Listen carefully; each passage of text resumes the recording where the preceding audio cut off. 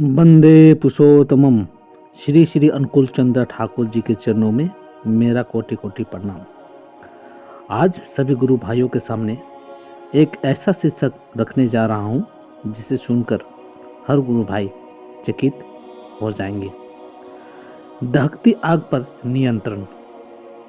श्री श्री अनुकूल ठाकुर जी की लीला। एक बार संध्या के समय श्री धीरेन्द्रनाथ चक्रवर्ती श्री दयाय किष्टोदा के घर में बैठकर श्री श्री ठाकुर की भावधारा के संबंध में चर्चा कर रहे थे।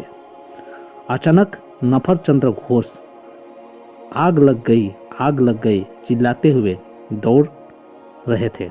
किष्टोदा एवं धीरेन्द्रनाथ दा दोनों हड़बड़ाकर बाहर निकले।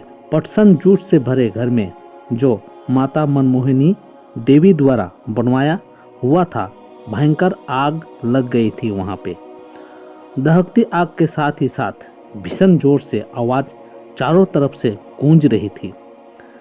उस घर के आसपास पानी का कोई स्रोत भी नहीं था। यदि तुरंत आग पर काबू में नहीं लाया जाता तो यह पूरे आश्रम को अपने चपेट में लेकर जलाकर राख कर देती। लोगों की भीड़ लगी हुई थी।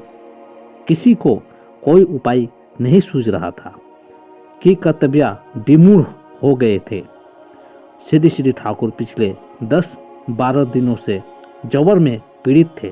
पीड़ित होने के कारण बिछावन पर ही लेटे रहते थे। श्री श्री अनुकूल चंद्र ठाकुर जी बहुत कमजोर हो गए थे। आवाज सुनकर किसी तरह बाहर आ गए श्री श्री अनुकूल चंद्र ठाकुर। किसी को उनके बाहर आने की आहट भी नहीं मिली। कुछ देर बाद सभी लोगों की नज़र श्री श्री अनुकूल चंद्र ठाकुर की तरफ गई। वे चुपचाप गंभीर मुद्रा में अपलक नेत्रों से लगातार आग की लपटें को देख रहे थे। कुछ ही क्षणों में दहकती हुई आग की लपटें कम होते होते एकदम सा बुझ गई। श्री श्री ठाकुर का शरीर कमजोर होने के कारण आग बुझने के साथ ही साथ वे चेतना शून्य होकर जमीन पर गिर पड़े। कुछ देर तक सेवा शुश्रूषा करने के बाद थोड़ा स्वस्थ बोध कराने पर घर के अंदर जाकर लेट गए। तो इस प्रकार से श्री अनुकूल चंद्र ठाकुर जी पर जो विश्वास करेगा उसे अनुकूल ठाकुर का चमत्कारिक फायदे और श्री श्री अनुकूल चंद्र ठाकुर जी का शक्ति भी प्राप्त होगा। सभी गुरु भाइयों को मैं यहीं पर अंत करता हूँ। सभी गुरु भाइयों को जय गुरु।